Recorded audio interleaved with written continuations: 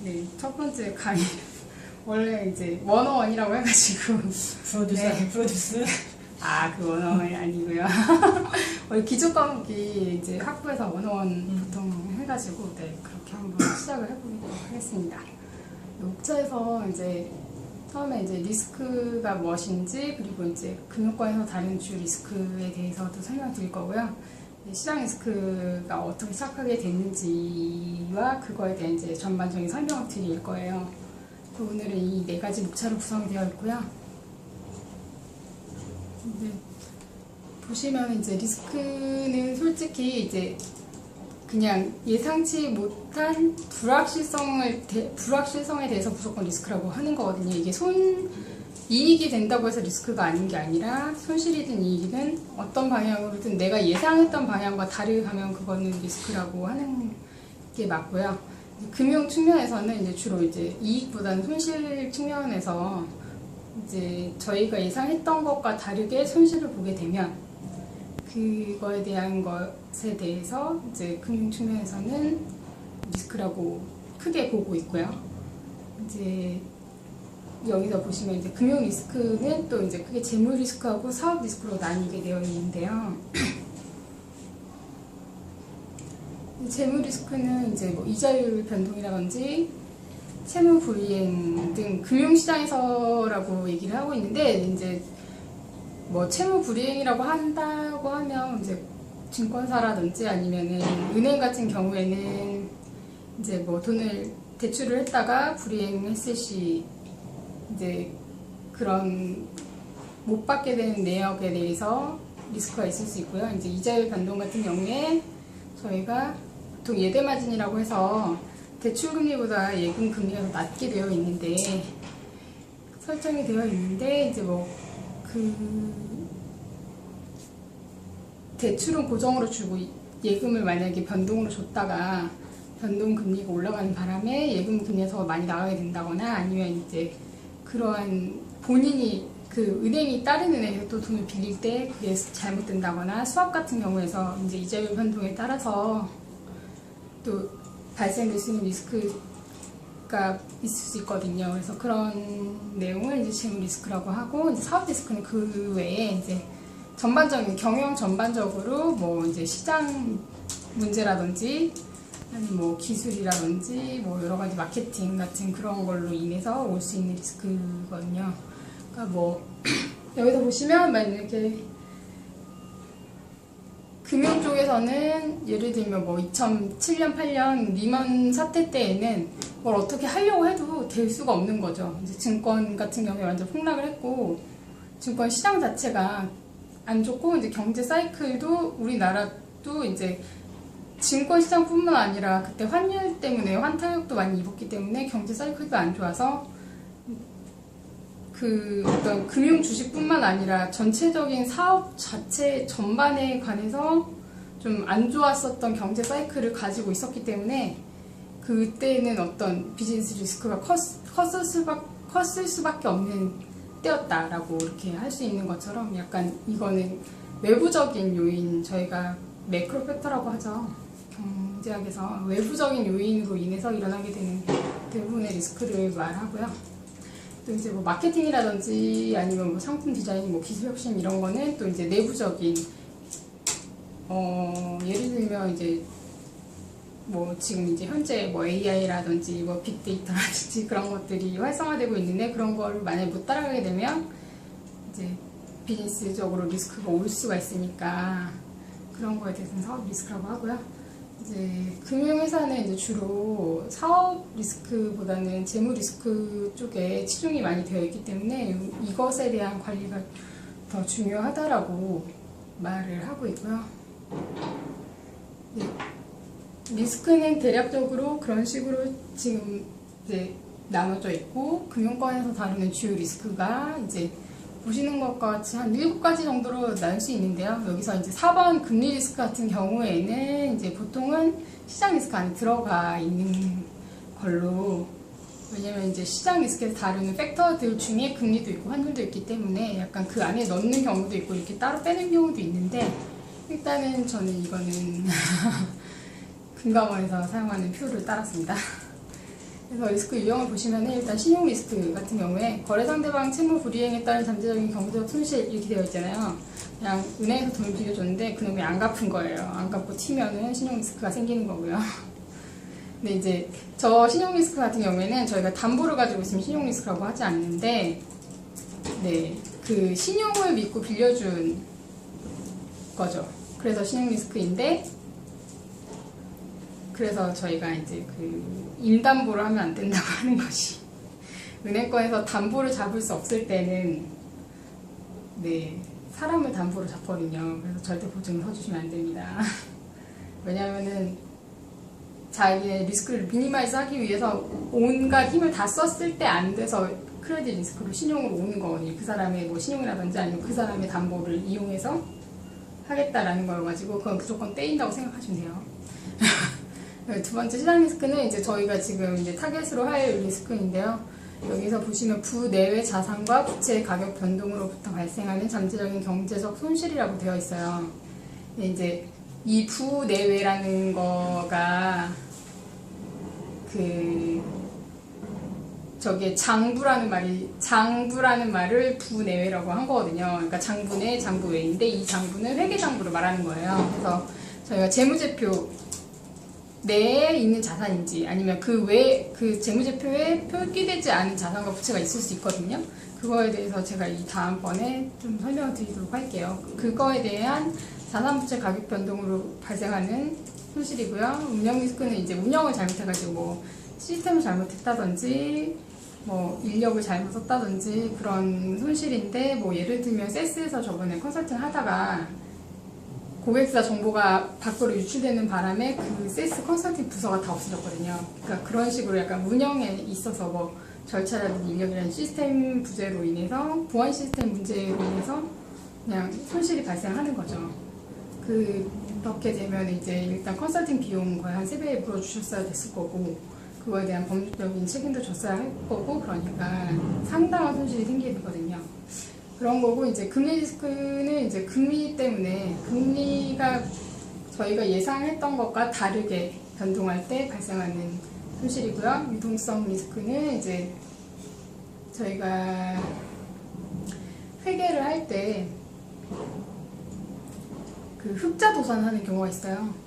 그러니까 세일즈는 많이 해놓고 매출 채권으로 받아놓으니까 이거를 회수하기 전에 이제 현금 유동성이 안 돼가지고 네, 그 상태로 도산을 하는 경우가 있거든요.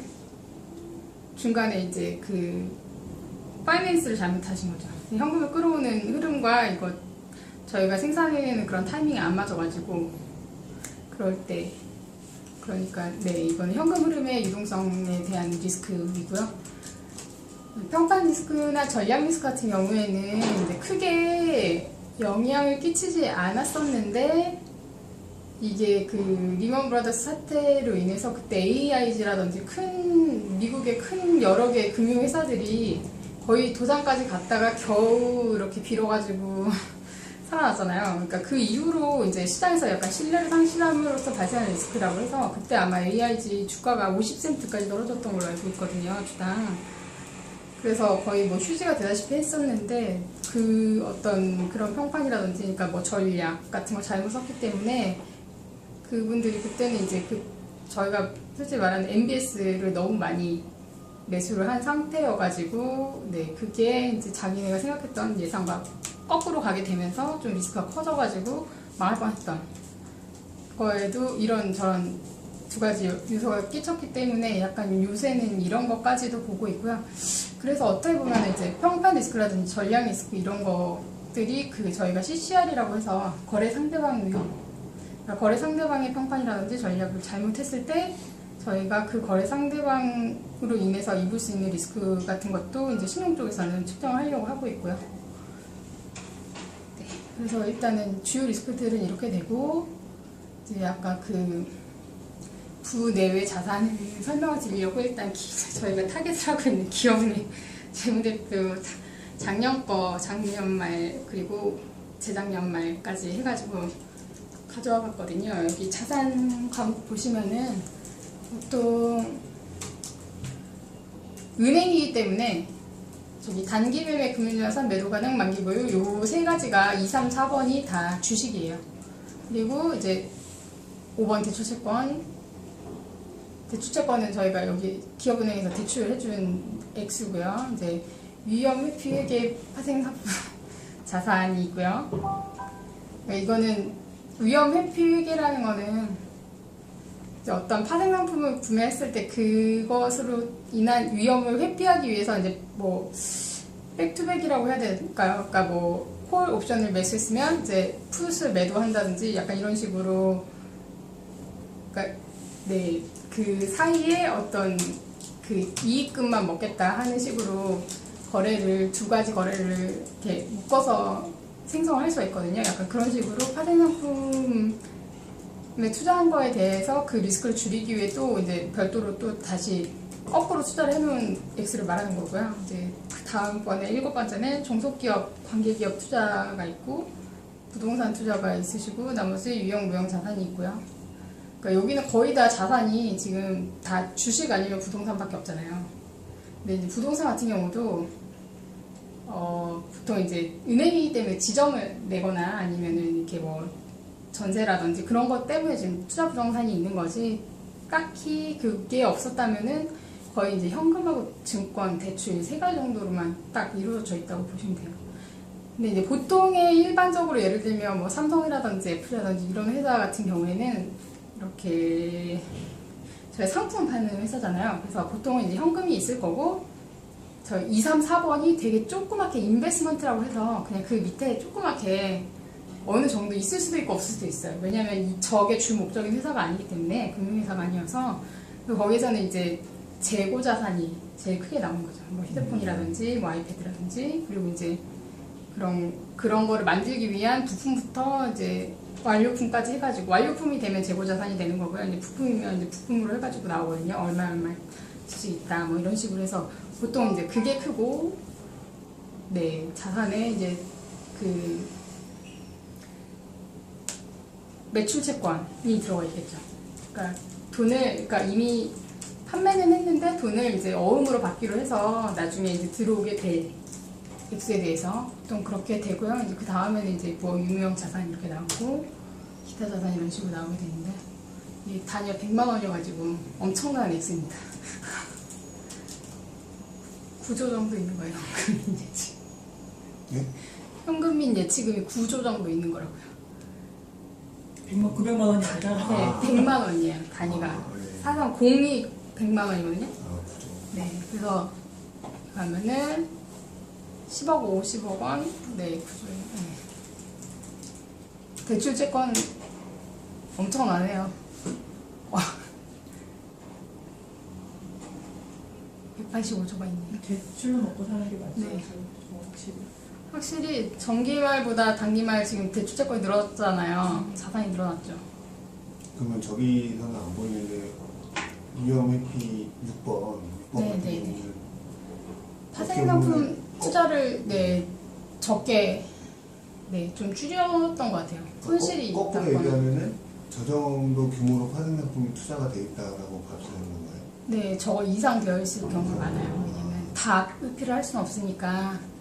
그럼 그거는 예를 들어서 뭐 2, 3, 4번 중에 하나에 들어가 있는 건가요? 들어가 있을 수도 있는데, 대부분의 파생 상품 같은 경우에는 그 매매 시점에서 돈이 왔다 갔다 하지 않기 때문에 장부에다가 적을 수가 없어요.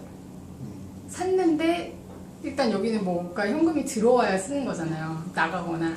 근데 그렇지 않고 이게 거래 종료 시에 만약에 현금 교환한다거나 약간 이런 식으로 트랜잭션이 일어나게 되면, 그래서 약간 부외라고 한 게 대부분 파생 상품, 장외 파생 뭐 이런 거. 왜냐면은 이제 장 내면은 어떻게든 뭐 무슨 이렇게 보증금 아니, 저희가 마진콜이라고 해서 그 액수를 걸게 되어 있잖아요. 옵션이면 최소 액수를 걸게 되어 있는데 그런 것도 아니기 때문에, 뭐 예를 들어서 뭐 은행이니까 그럴 일은 없겠지만 뭐 포워드 같은 걸 한다.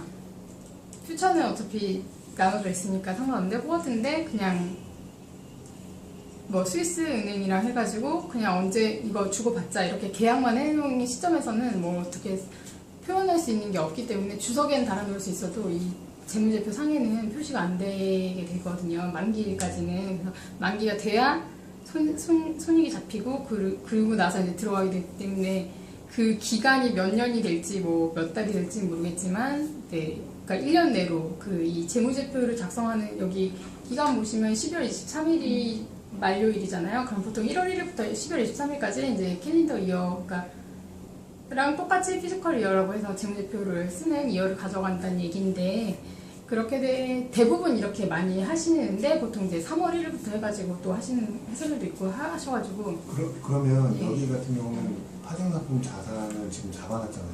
얘는 네. 어떻게 잡은 거예요? 파생상품 자산을 위험 회피를 하기 위해서 파생상품에 별도로 매입을 했다거나 그러면 매입을 하기 위해서 예를 들면은 저희가 뭐 옵션을 샀다라고 하면 옵션을 할 때 증거금이라고 해서 옵션 비용 프리미엄을 내거든요. 네. 그 액수가 잡혀 있다거나 그런 식으로 잡혀 있는 거죠. 그래서 이거보다는 훨씬 많은 액수가 투자되어 있을 가능성이 높아요. 네. 그래서 그런 식으로 되어 있거나 아니면은 이제 뭐 그 안에 들어온 거죠. 이 안에 지금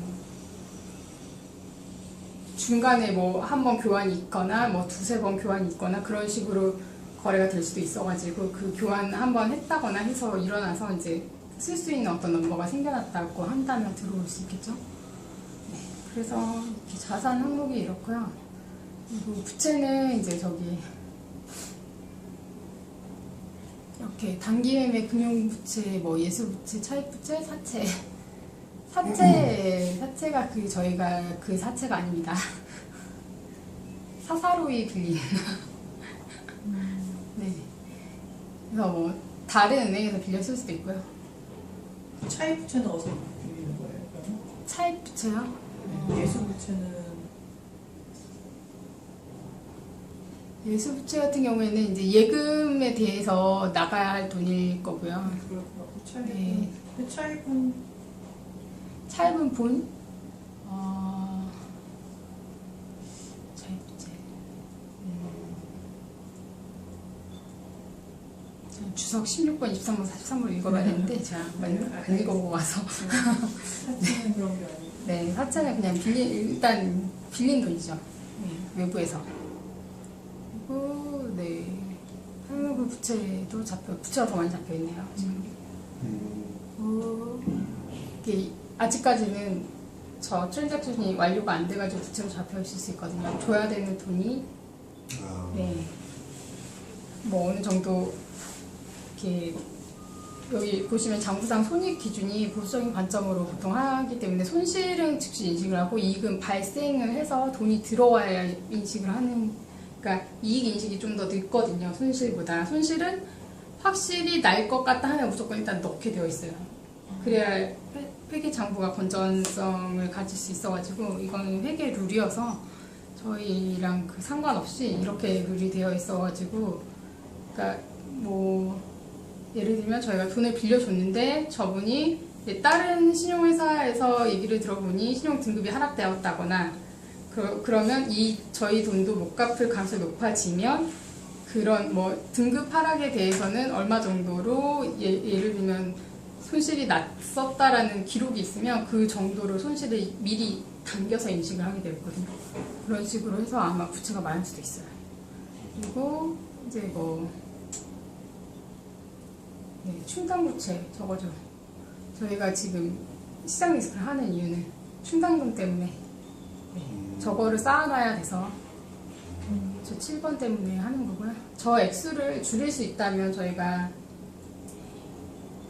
그만큼 이제 다른 쪽에다 투자를 할 수 있게 되는 거여가지고 저 돈을 쓰지 못하고 가져오고 있어야 되는 액수일 거거든요. 그래서 그 밑에 이제 자본은 딱 5가지로 이렇게 구성이 되어 있고요. 여기서도 대손준비금 기정리배기 단기 정기 이렇게 해가지고 예전 금액하고 다 나와 있잖아요. 지금 은행에서는 지금 제일 중요한 게 대손준비금이어서 원래는 이제 다른 데 같으면은 저거를 저기다 적질 않아요. 대손 준비금 같은 게 나오지 않는데 항목을 별도로 뽑아가지고 저 부채 항목에다가 적어놓은 건 저도 처음 봤어요. 이렇게 아예 빼서 전기 얼마씩 대손 준비금 정해져 있다. 저게 이제 BIS 비율이 대손 준비금이거든요. 그러니까 그러니까 자산은 부채랑 자본을 더한 거여가지고 이 부채 총계 자본 총계를 더하시면 이 앞장에 있던 지금 요 자산 총계랑 똑같을 거예요. 똑같은데 이제 그거에 대해서 8%라든지 뭐 이렇게 적립을 하도록 되어 있기 때문에 아마 저게 금액이 8% 플러스 이상으로 넘을 것 같긴 한데요. 어쨌든 그러니까 그게 전체 자산에 대해서 8%인지는 모르겠지만 어쨌든 BIS 비율이 8%를 예상을 하고 있어서 처음에 이제 바젤 1이 시작될 때 그렇게 되어 있어가지고 일단은 그것 때문에 저 대손 준비금이라는 것을 일부러 이렇게 뽑아서 해놨는데요.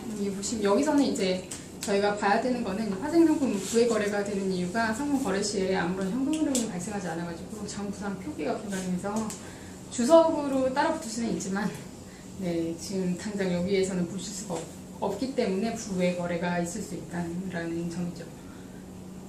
저희가 그냥 일반적으로 생각했을 때 왜 걔가 부의 거래냐, 벌써 거래가 일어났는데 왜 인식을 못하느냐 했을 때 네, 금액이 0이기 때문에 뭐 눈나마나 네, 그래서 이제 뒤쪽으로 이거 같은 경우에 이제 감사보고서에 나온 첫 번째 이제 그 재무제표를 제가 캡처를 해가지고 온 건데요. 감사보고서가 보통 한 몇백 장으로 되어 있기 때문에 그 뒤에 이제 풋노트에 다 이렇게 주석에 다 달려 있을 거예요. 그래서 네, 대략은 이렇고요. 네, 세 번째로 시장 리스크 역사를 넘어가게 되면 이제 국제결제은행이라고 해가지고 BIS, 저희가 BIS 비율이라는 말 되게 많이 들어보셨잖아요. 그게 이제 뱅크 오브 인터내셔널 세틀먼트라는 국제결제은행에서 이제 처음에 이제 1차 세계대전이 끝난 후에 독일 전쟁 배상금 지급 문제를 해결하려고 한 거랑 이제 그 금 본위 체제가 이때 붕괴가 됐거든요. 그러니까 원래는 금으로 저희가 다 이렇게 화폐를 대신했었는데 너무 가지고 다니기도 불편하고 도둑 맞을 위험도 있고 해가지고 은행에서 금은 금고에다 놔두고 그 액수만큼 원래는 이제 지폐를 발행해서 지폐가 금 대신으로 썼었기 때문에 돈이 그때는 가치를 인정을 받았었는데 현재는 이 금본위 체제 없어졌기 때문에 그냥 종이에요. 그리고 금이 얼마나 있는지 알 수 없고요. 이게 그래서 네. 어떻게 보면 약간 사족이긴 한데 그래서 약간 비트코인이 의미가 없다라고 하는 것이 제가 생각하는 이런 이유 때문이기도 해요. 걔 그냥 휴지도 아니고 얘는 언제 바로 없어질 수도 있는 거여가지고 일단 그렇고요. 그래서 그것 때문에 이제 국제금융기구가 필요해가지고 만들었던 건데 저렇게 그 배상금 결제를 하기 위해서 BIS를 설립을 했고요. 이제 그 다음에 이제 6개국만 했다가 이제 미국까지 참여해가지고 이제 정관이랑 뭐 헌장 이런 거 만들고 이제 스위스 바젤에 본부를 두고 공식 업무를 개시를 했거든요. 그래서 이제 저희가 이제 바젤 1, 2, 3가 나온 게 저기서 나온 겁니다. 바젤 1, 2, 3를 이제 신용 쪽에서 하고 있는 건데요. 그래서 이제 BIS에서 이제 그거를 하고 난 이후에 이제 뭔가 국제금융 안정을 목적으로 각 나라 중앙은행 관계를 조율하는 뭐 협력기구로도 활동하고 있어가지고 그때 이제 그 BIS 자기자본 비율이라고 해가지고 캐피탈 아데쿼시 레이쇼니까 캐피탈에 관해서 8%겠네요. 네.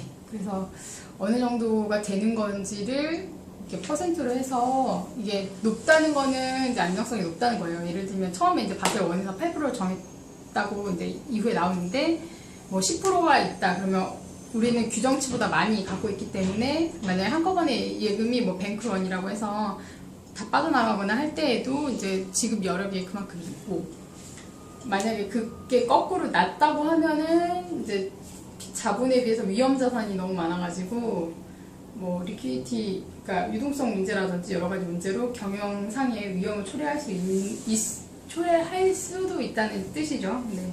때문에 초래되진 않지만 생각보다 뭐 전문가들의 얘기로서는 이제 생각보다는 자그마한 위험들이 상당히 많이 오고 있다는 게 지금 금융시장의 현실이어가지고 저희가 뭐 크게 보면 IMF 한 번 있었고 97년 8년에 그리고 또 2007년 8년 9년에 그 리먼 사태가 있었지만 저희는 약간 MBS 그때 투자를 많이 못해가지고 하나은행이 조금 많이 한 분기 한 1조 얼마를 떨었죠. 근데 아까 보셨듯이 기업은행도 지금 현금 자산만 1조 정도 있잖아요. 뭐 1조를 떠는 게 큰 일은 아니더라고요. 그래서 그때 한동안 하나은행 망한다고 강남권 아주머니들이 뱅크런을 하시고 난리 났었는데 멀쩡히 잘 버티고 있는데 어쨌든 그런 정도로 조금 이제 그 파생 상품 투자를 많이 했던 은행들이 약간 손실을 봤고요. 그렇지 않고서는 이제 큰 여파는 없었던 것 같아요. 그리고 이제 그렇게 하면서 이제 처음에는 이제 BIS 비율을 8%로 정해서 이게 바젤 1이라고 해가지고 이제 한국은 97년부터 의무화가 돼서 이제 8%를 무조건 그냥 일괄적으로 모든 은행이 8%를 적립을 하게 했어요. 근데 이제 이후에 바젤 2 제가 이제 바젤 2로 저는 이제 은행 리스크에 입문을 하게 됐는데 이 바젤 2는 이 8%가 예를 들면 저 같은 경우에 시티은행이 있었는데 시티은행 같은 경우에는 소매 대출보다는 그 국가 상대의 큰 기업 대출이 제일 많아요. 그래서 한국 지금 정부도 상당한 돈을 빌리고 있고 대부분이 거의 한 90% 정도가 다 기업 대출인데 솔직히 정부가 망하면은 은행이 뭐 건실하다고 하는데 그게 무슨 소용이겠어요. 그래서 그렇다고 하다 보니까 보통 그때 당시만 해도 정부는 이제 망할 가능성 0%를 줬었거든요.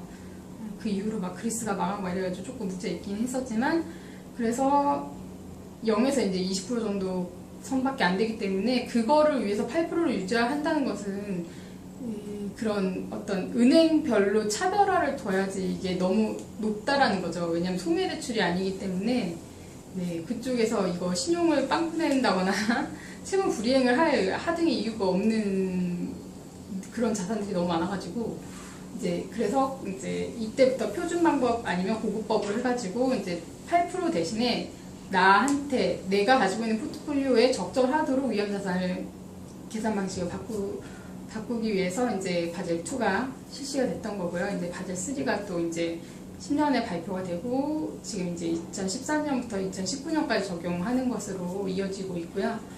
그래서 이제 좀 그것 때문에 어떤 자본 비율도 바꾸면서 어떤 다른 이제 포트폴리오라든지 뭐 투자 그런 쪽에서도 약간 건전성을 좀 조정을 해가지고 기준을 강화해 나가고 있어요. 그래서 그리고 이제 이 BIS 가입 은행들은 이 기준을 맞춰야지 이제 은행 간 거래라든지 그런 대외 신인도 이런 거에 있어서 유리하게 작용을 하기 때문에 네, 요거에 대해서 사활을 걸고 있고요. 저희는 사활을 걸고 싶지 않아도 금감원에서 하라고 하면 해야 돼서 그냥 이렇게 내려오고 있기 때문에 하는 거고요.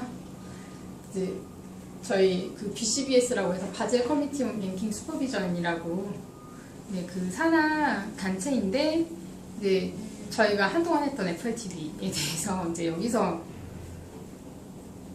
이제 FRTV 바젤 4라고 하시더라고요. 3.5 아니고 그냥 4라고 해서 그 어떤 이런 바젤 2 규제가 좀 이렇게 한쪽으로 편중되어 있어가지고 금융위기 재발을 막는 데는 한계가 좀 있었다 해서 바젤 2를 하고 있었지만 어쨌든 리먼이 난 거였기 때문에 그래서 좀 이제 이쪽에서도 좀 시장 쪽으로 보통 바젤 2는 신용 리스크라고 보시면 되거든요. 그러니까 시장하고 운영은 진짜 거들 뿐이고 신용이 대부분을 차지하고 있어서 그거에 대해서 이제 좀 시장 쪽도 좀 더 눈여겨봐야 된다. 시장 때문에도 많은 위험이 오고 있다. 전체적으로, 은행 전체적으로 해서 이렇게 저희가, 네.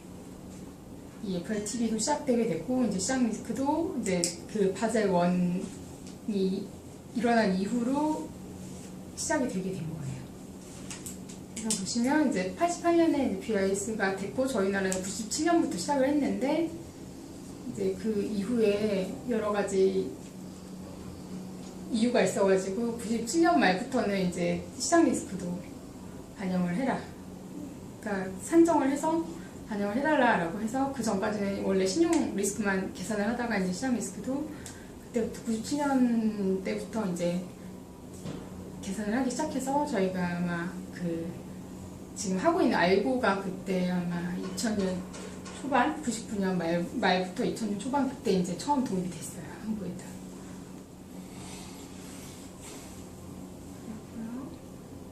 이제 뭐 이 자기자본 비율 특징은 뭐 이제 보유 자산을 시장하고 신용리스크 대상으로 구분해서 이제 별도 기준에 따라서 자기 자본 규모를 산정하도록 되어 있고요. 이제 신 BIS라고 해서 네, 아까 BIS 기준 그냥 8%로 때리던 거에서 이제 바젤 2, 3부터는 아마 신 BIS 기준을 내포하고 있는 거예요. 그래서 이제 각각 자기 은행의 어떤 대출이나 그런 상품 포트폴리오별로 자기가 필요한 자기 자본 규모를 알아서 산정하도록 자기에 맞도록 산정하고 그거에 대해서 이제 금감원 허락을 받도록 해가지고 되어 있고요. 이제 그리고 이제 시장 리스크에서도 단기 후순위채를 자기 자본으로 추가 인정을 했다고 하네요. 후순위채 같은 경우에 아마 그러니까 저희가 등급이 있는데 채권을 회수를 할 때요. 채권을 이렇게 한 명한테만 빌려주는 게 아니라 그 채권에 대한 담보 설정자가 여러 명이 있을 때 이제 그 후순위채라는 거는 저희가 그 채권에 대한 금액을 받을 수 있는 순위가 후순위라는 거예요. 그래서 예를 들면 이제 5천만 원을 빌려줬는데 뭐 1순위가 뭐 변호사. 네, 변호사 회계사 수익금이 제일 먼저 나갑니다. 그리고 나서 이제 두 번째 순위가 뭐 이제 첫 번째로 이제 그거의 그 담보를 설정해 주신 분, 그러니까 이게 전세 담보라든지 집 담보를 생각하시면 빨라요. 부동산 그런 거 해가지고 두 번째가 그런 분이고 뭐 세 번째, 네 번째 하다가 이제 후순위채 같은 경우에는 순위가 되게 낮은 거여가지고 받을 수 있는 확률이 조금 되게 낮다라고 해서 그런 건데 얘도 자기 자본으로 추가 인정을 했다는 거는 보통 저건 손실로 그냥 떨어버릴 상황인데 자본으로 넣었다는 건 BIS 비율이 올라가겠다는 거죠. 그러면 더 보수적으로 평가를 하겠다는 얘기예요.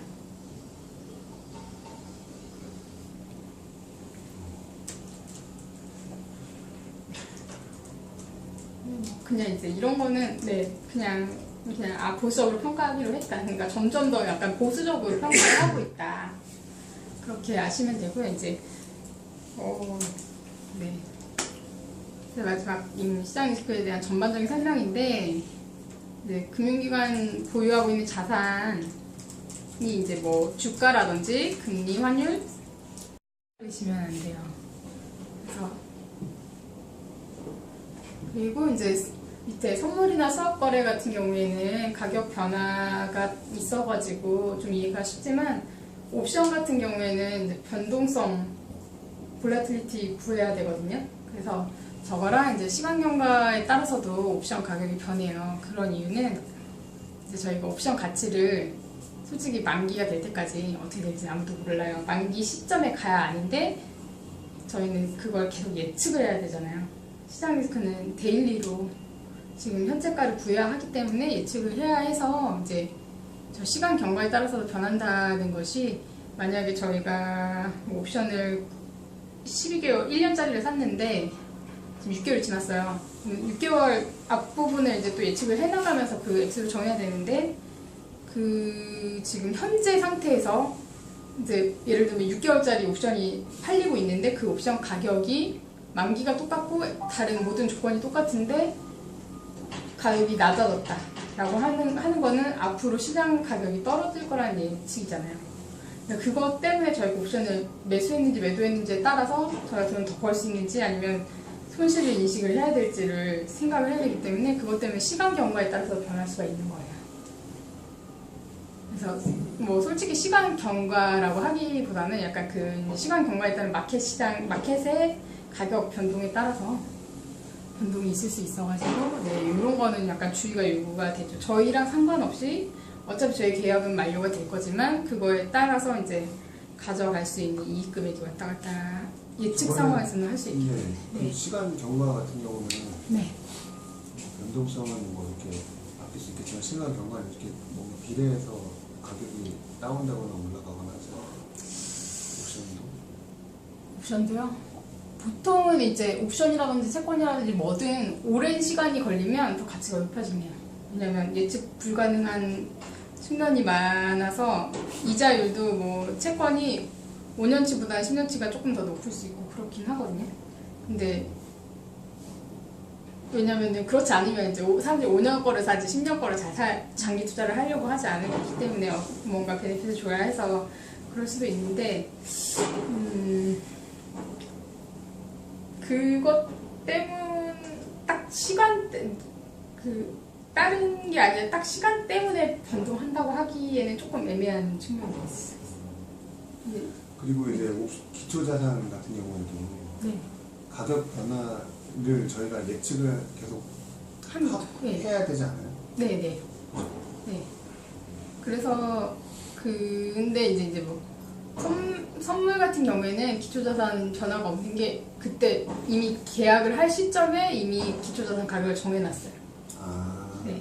근데 이제 예를 들면 저희가 뭐 아이폰을 2017년도 1월 1일에 올해 뭐 12월 31일 날 발매될 아이폰을 나는 먼저 100불을 주고 사겠다라고 했는데 계약이 끝났어요. 그러니까 그때 당시에는 이제 100불을 주고 사는데 그 옵션가가 5불이에요. 그럼 5불을 일단 내요. 그러면 내가 이제 12월 31일 날 100불을 주면 이제 그걸 살 수 있는 거예요. 그래서 장부상에는 5불만 일단 적어져 있겠죠. 옵션 프리미엄 가격 이미 낸 돈만 올라와 있는데 이제 12월 31일 됐더니 이제 120불인 거예요. 그러면 아싸 20불 뭐 프리미엄 가격 빼면 이제 15불 이익 봤다라고 할 수 있는데 갑자기 10월 30일 됐는데 뭐 X가 나온다느니 마느니 하면서 가격이 80불로 떨어졌어요. 그러면은 저희는 이 시점에서 이제 골라야 되는 거예요. 옵션이면 아마 취소가 가능할 거고요. 이게 선물이면 취소가 안 되는 거죠. 그 대신 이제 그 프리미엄은 없어요. 선물은 그냥 100불을 정했으면 100불을 사야 되는 거예요. 그럴 경우에 이제 옵션이면 취소하면 나는 그냥 5불만 날리고 80불을 샀으면 85불 쓴 게 되지만 그 선물이었으면 그냥 이제 처음 시점에 들어간 돈은 없지만 무조건 이제 그 12월 31일 날 걔가 시장 가격이 얼마든 상관없이 저는 100불에 매입을 해야 되는 거예요. 거래를 했기 때문에. 그래서 그게 약간 그런 선물 같은 경우에는 그 부회로 잡힐 수 있잖아요.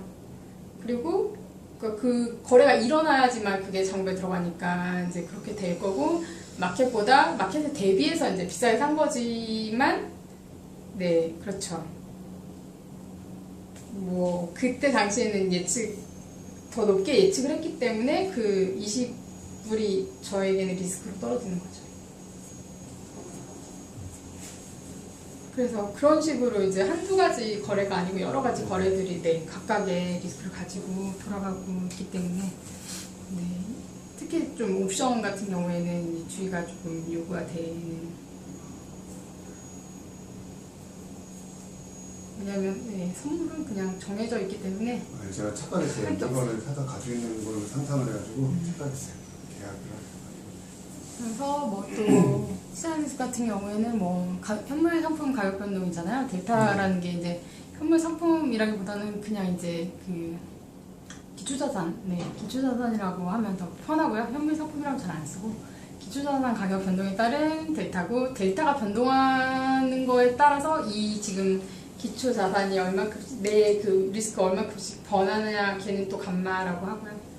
변동성 변동에 따른 리스크는 배가고 뭐 시간 경과는 세터고 뭐 이런 식으로 금리차 변화로 인한 거는 베이시스 리스크 이런 식으로 구분이 된다고 하는데 뭐 그냥 보통 델타 감마 정도까지만 하시면 되고요. 그리고 그냥 이제 이런 것들은 이제 찾아보고 그랬었지 아시는 정도만 아시면 돼요. 그리고 이제 이런 이유로 뭐 리스크 관리 시스템을 확립해야 되고 뭐 상한을 결정해야 되고 뭐 전략적으로 모니터링 해야 돼서 저희가 이제 시장 리스크를 매일 데일리로 리포팅을 하게 되어 있는 거예요. 그리고 이제 추정에 대해서는 이제 저희가 리스크 추정을 할 때 현재까지는 이제 바라고 해서 바기법을 사용을 하고 있는데 바가 틀렸네요. A가 송자 A고 B하고 R만 된다거든요. 그렇게 해가지고 이게 원래 JP모건에서 최초로 사용을 했던 기법을 이제 다른 은행에서도 사용을 하고 있는 거고요. 이제 시가를 이제 1일 1회로 평가를 해서 시장 리스크를 파악하는 체제로 되어 있고, 이제 이거는 바 같은 경우에 뭐 95%라든지 99%라든지 일정한 신뢰 수준 하에서 예상되는 최대 손실액을 말하는 거거든요. 그래서 바가 뭐 10억이다 그러면 그 뭐 95%에서 10억이다 그러면 95% 신뢰 구간에서 최대로 일어날 수 있는 손실액이 그 10억이고 10억 이상이 손실이 일어날 경우는 5%에 불과하다, 약간 이런 얘기예요. 그렇지만 리먼 브라더스 사태 때 그 5%에 있는 일들이 일어났기 때문에 지금 저희가 이 바를 하지 않고 좀 더 보수적으로 이제 익스펙티드 쇼플로 가려고 하는 거죠. 그러니까 바 같은 경우에는 그 5%에 대해서 5%의 지금 그 입구 값이에요. 그러니까 5%의 액수 있는 중에서는 제일 적은 액수를 바 값으로 선정을 했지만 ES 같은 경우에는 평균값, 그 5% 내에 있는 것의 바 값들의 평균을 구하는 거여가지고, 그러면 95%에서 구했다고 해도 그 값은 97.5에 있는 그 값이 되겠죠. 그러니까 훨씬 2.5%나 더 이렇게 치우쳐진 값을 가지게 되기 때문에 더, 이게 10억이었으면 걔는 솔직히 50억, 70억 이렇게 나올 수도 있거든요. 왜냐면 아웃라이어들이 있을 수 있어서 고프로에. 그래서 약간 상당히 보수적으로 계산하겠다, 약간 이렇게 가게 되고 있는 지금 추세예요. 그래서 이제 저희가 그 FRTV를 할 때 표준으로 하면 익스펙트 쇼프로 난구하는 대신에 민감도법으로 해가지고 산출하잖아요. 근데 해보셨지만 아만타에서도 보시면은 약간 수압을 제외하고 보통 수압 상품이 많진 않아요. 근데 일반적으로 채권이라든지 좀 안정적인 상품들에서는 뭐 이제 표준으로 하든 그 내부로 하든 많이 차이가 없었지만, 수압 같은 경우에는 내부로 했을 때 훨씬 그 위험도가 많이 떨어지잖아요. 그러니까 이제 그 대손 충당금을 훨씬 적게 쌓을 수 있기 때문에 약간 그것 때문에 이슈가 있을 수 있죠. 그래서 이렇게 되고요. 뭐 바값이 크면은 그냥 이제 손실액이 크겠구나, 그렇게 생각하시면 돼요. 그래서 이게 지금 그때 막 얘기할 때 원테일이냐 투테일이냐 그것 때문에 싸웠던 게 원래 원테일로 하게 되어 있는데 투테일 기법을 쓴다고 하니 당황을 했습니다. 그래서 여기까지가 제가 오늘 준비한 거고요. 혹시 이제 뭐 질문이나 그런 거 있으시면 지금 물어봐 주시면 돼요.